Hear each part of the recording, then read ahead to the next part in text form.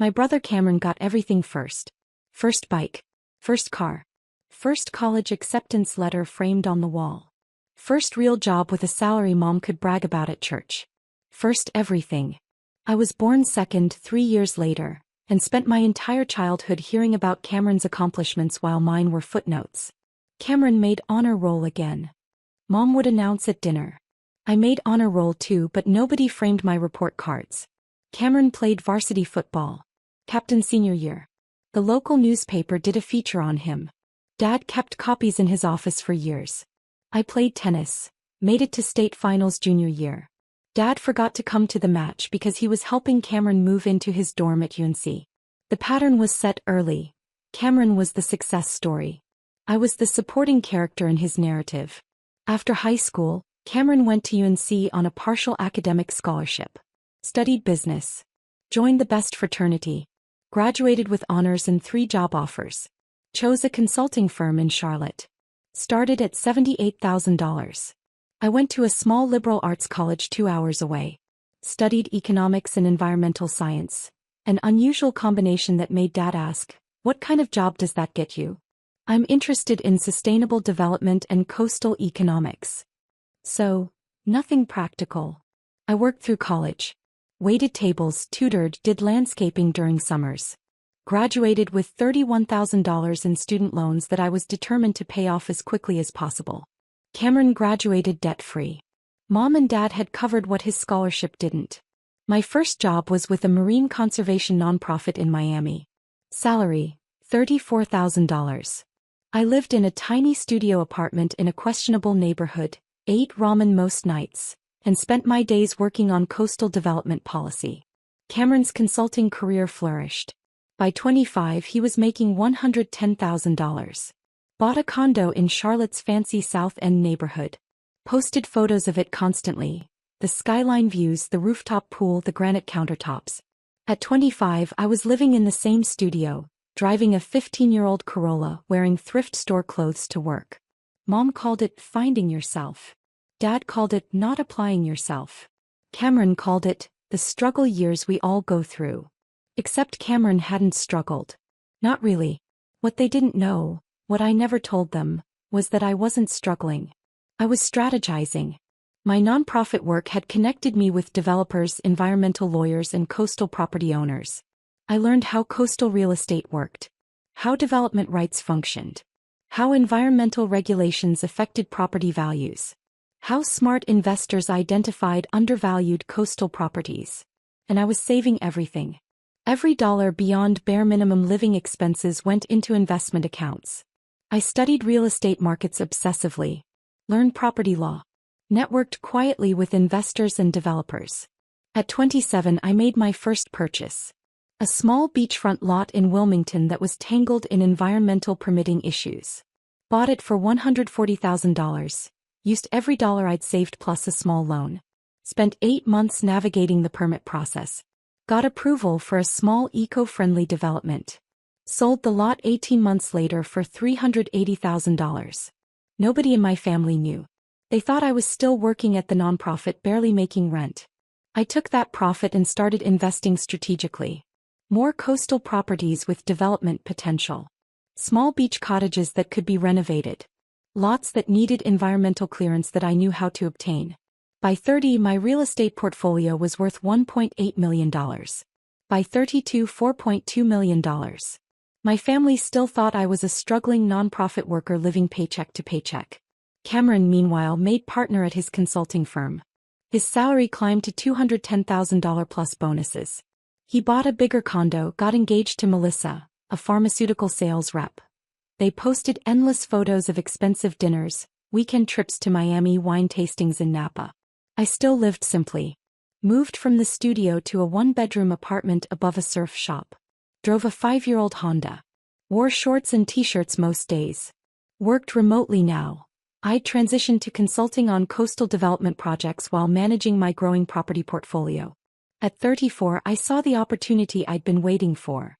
The Pelican Bay Resort, a struggling beachfront property in Topsail Beach, North Carolina. 32 units, restaurant, pool, direct beach access. Beautiful bones but catastrophically mismanaged. Failing environmental compliance, outdated infrastructure, mounting debt. It was going into foreclosure. I spent 3 months doing due diligence.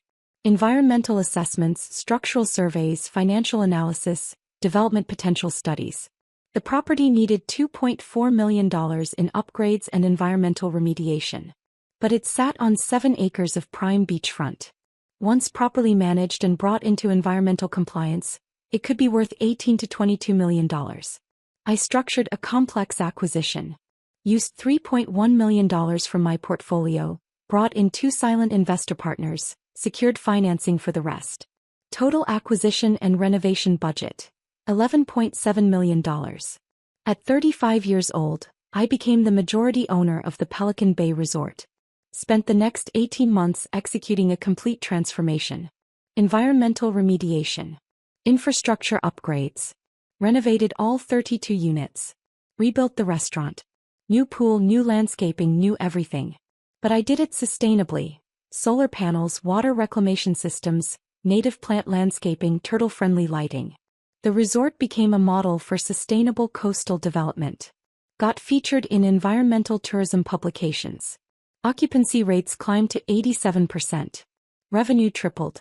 Current valuation, $23.5 million. My personal net worth, including the resort and other properties, $31.2 million. My family thought I was still working at a nonprofit, probably making $45,000 a year. I'd purchased one of the resort's units for my personal use, a 3-bedroom beachfront condo on the top floor. Nothing extravagant by resort standards, but it had floor-to-ceiling windows overlooking the ocean, a wraparound balcony and direct beach access. I'd never mentioned it to my family. Never invited them to visit. They didn't ask about my life anyway, so there was nothing to explain. The resort operated under a management company name, Coastal Horizon Properties LLC. My name appeared nowhere in public records except buried in corporate documents. The staff knew me as Mr. Donovan, but most had never seen me. I managed remotely and kept a low profile during my occasional visits. Only the resort manager, Patricia, and a few key staff knew what I looked like. Then Cameron called. It was a Tuesday afternoon. I was sitting on my condo balcony reviewing quarterly financial reports when my phone rang. Ethan. How's it going, little brother? Hey Cameron. I'm good. Listen, I'm actually calling about something important. You know how you've been struggling financially? I hadn't been struggling, but, okay. Melissa and I were talking and we want to help. We know you've been living in that crappy apartment working at the nonprofit for basically no money. We want to do something for you. That's nice of you, but... Remember that beach condo you mentioned years ago? The one in Topsail Beach. My blood went cold. What about it? Well, I did some research. Found the property records. That little condo you bought as an investment. He said it like investment was a cute fantasy. It's worth something now. Maybe $180,000 based on comparable sales in the area. Cameron. Let me finish. I know you probably can't afford the property taxes and maintenance. Small condos like that are money pits. So I took the initiative, found a buyer through a real estate agent friend. Cash offer, quick close. $185,000. That'll clear your debts, give you a fresh start. You did what? I helped you. The buyer is motivated, ready to close next week. I already started the paperwork. Since I have that old power of attorney from when you were doing that project in Costa Rica. Remember, you gave me access to handle stuff while you were out of the country? I can sign on your behalf. Easy. That power of attorney. I'd forgotten about it. 5 years ago, during a 3-month conservation project, I'd given Cameron limited power of attorney to handle a single property transaction if needed. It was supposed to expire after that transaction. Apparently he still had the document. Cameron, you can't sell my property. Bro, I'm helping you. $185,000 is more than you'd get listing it yourself.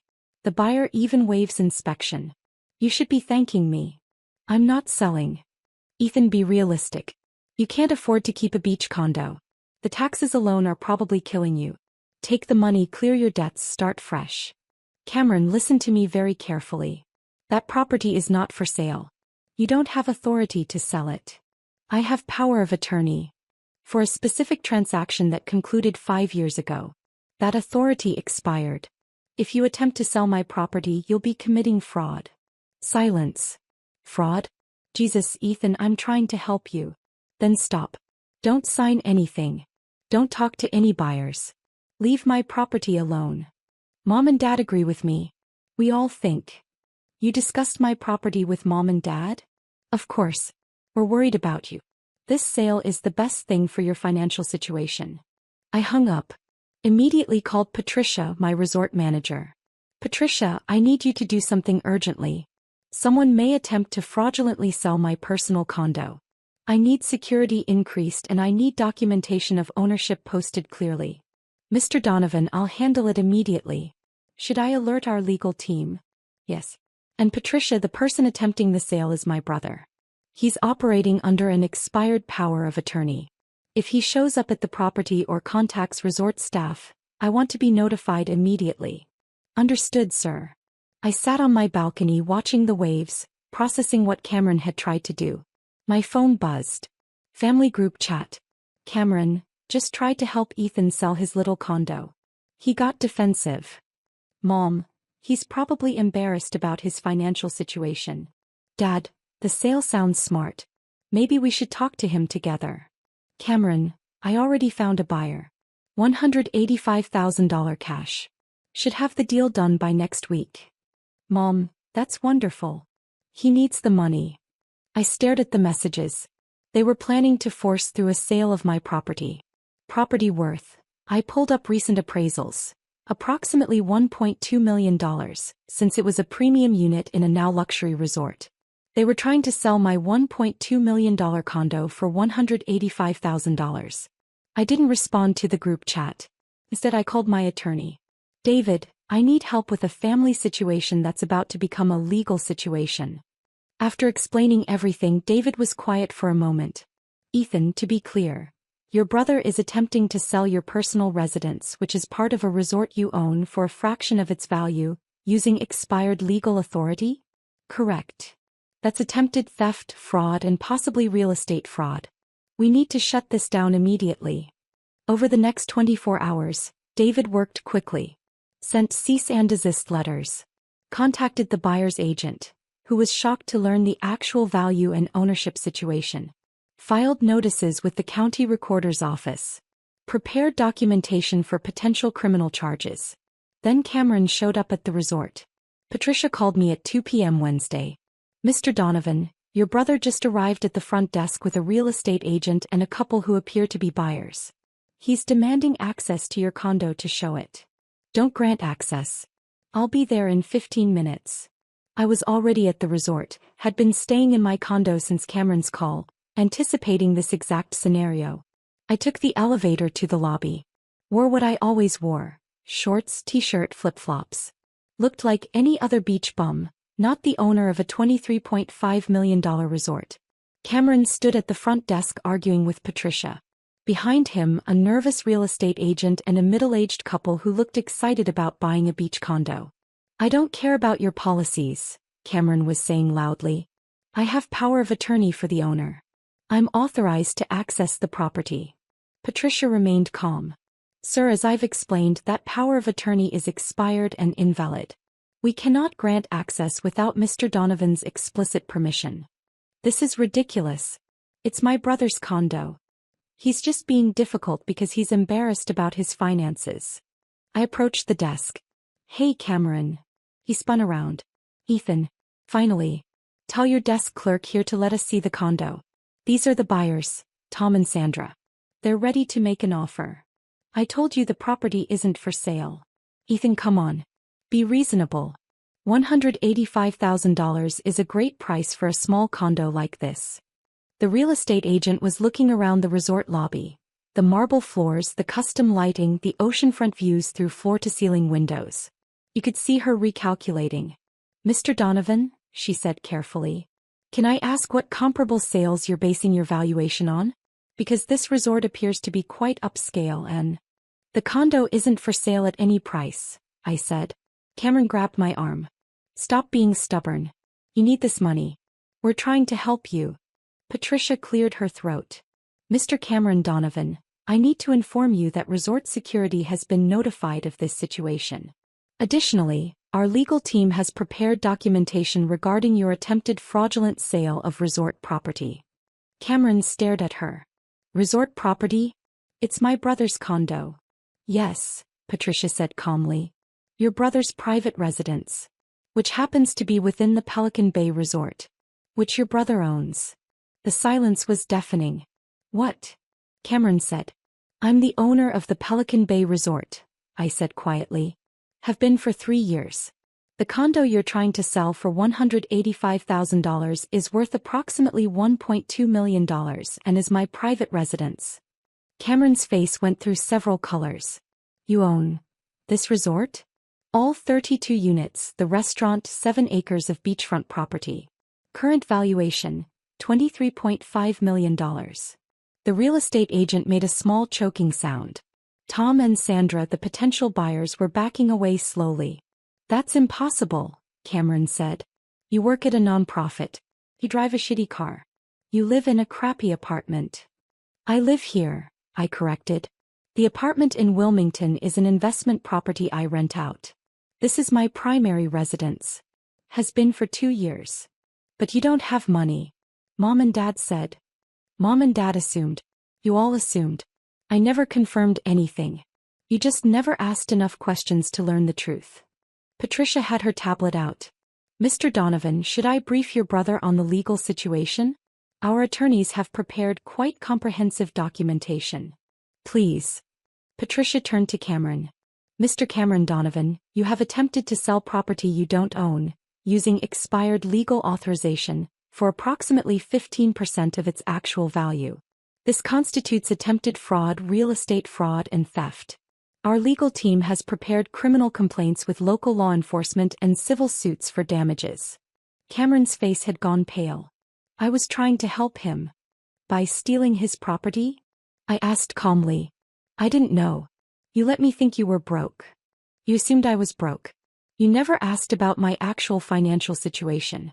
You just decided you knew, and then you tried to sell my property without permission. The real estate agent was backing toward the exit. I need to go.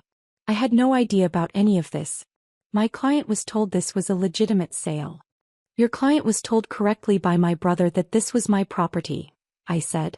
What he failed to mention is that he had no authority to sell it and it's worth 6 times what he quoted you. She fled. Tom and Sandra followed quickly. Cameron stood in the middle of my resort lobby looking lost. Ethan, I don't understand. How do you own a resort? Where did you get millions of dollars? I invested strategically for 15 years. Worked in coastal development, learned property law, bought undervalued properties, built a portfolio. This resort was my largest acquisition.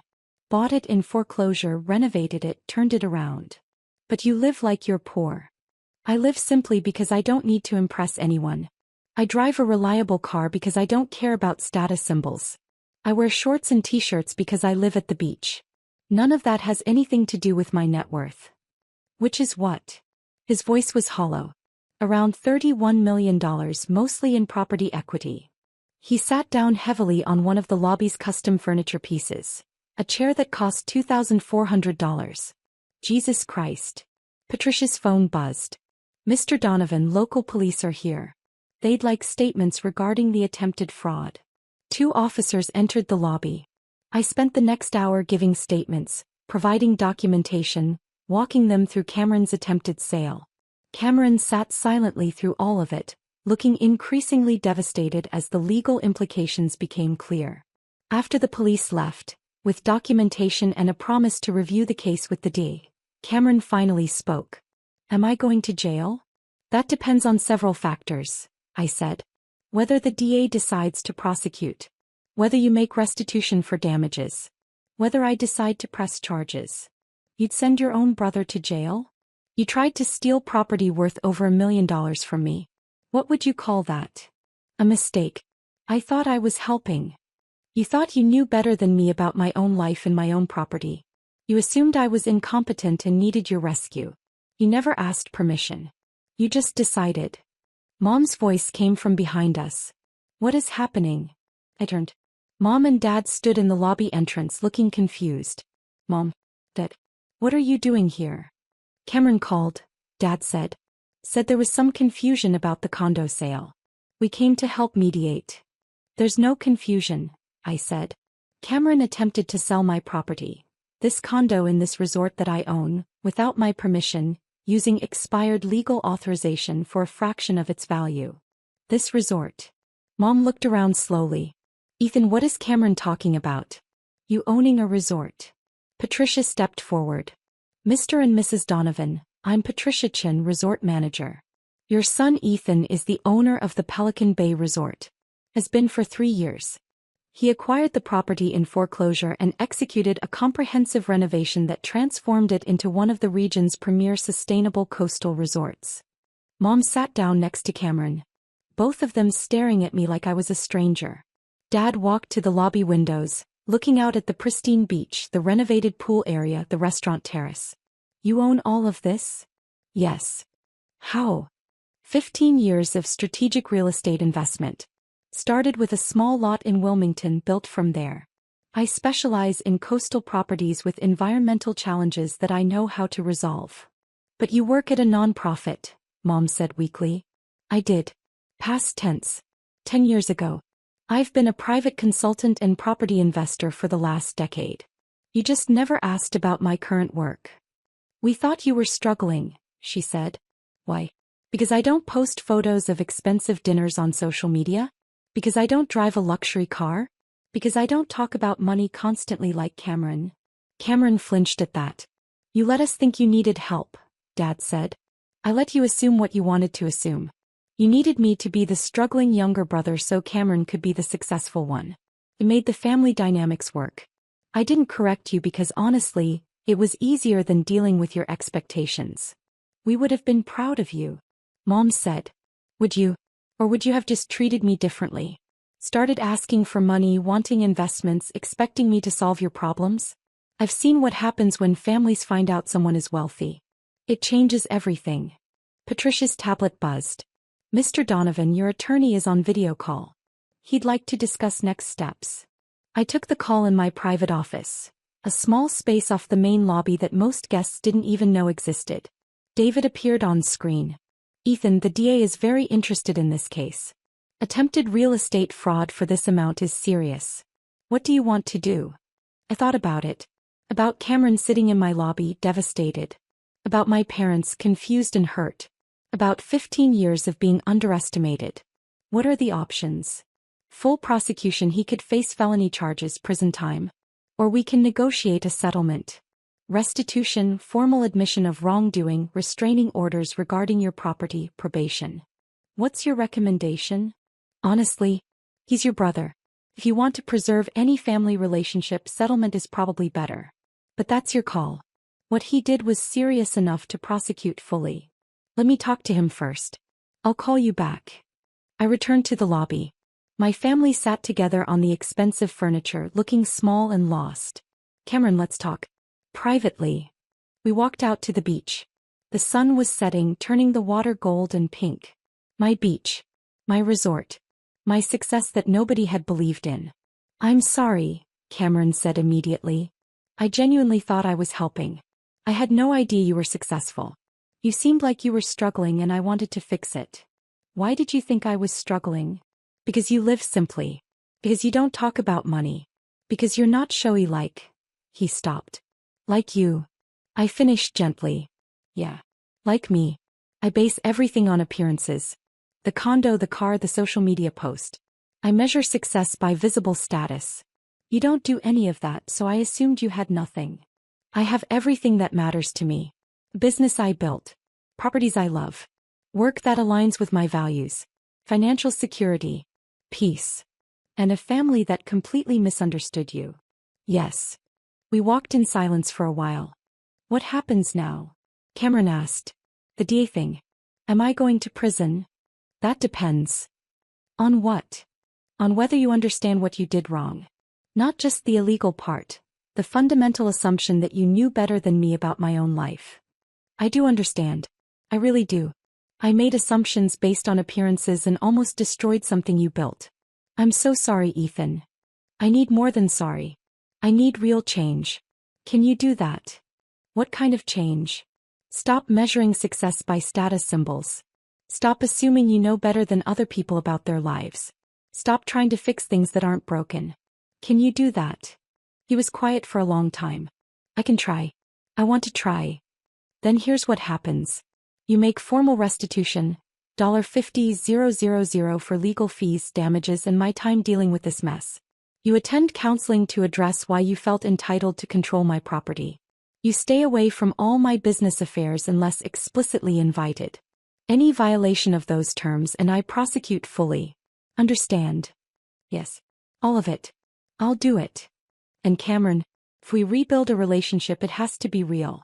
Not based on money or status or comparisons. Just two brothers who actually know each other. Can you do that? I'd like to try, he said quietly. We walked back to the resort. Mom and Dad were still in the lobby looking exhausted.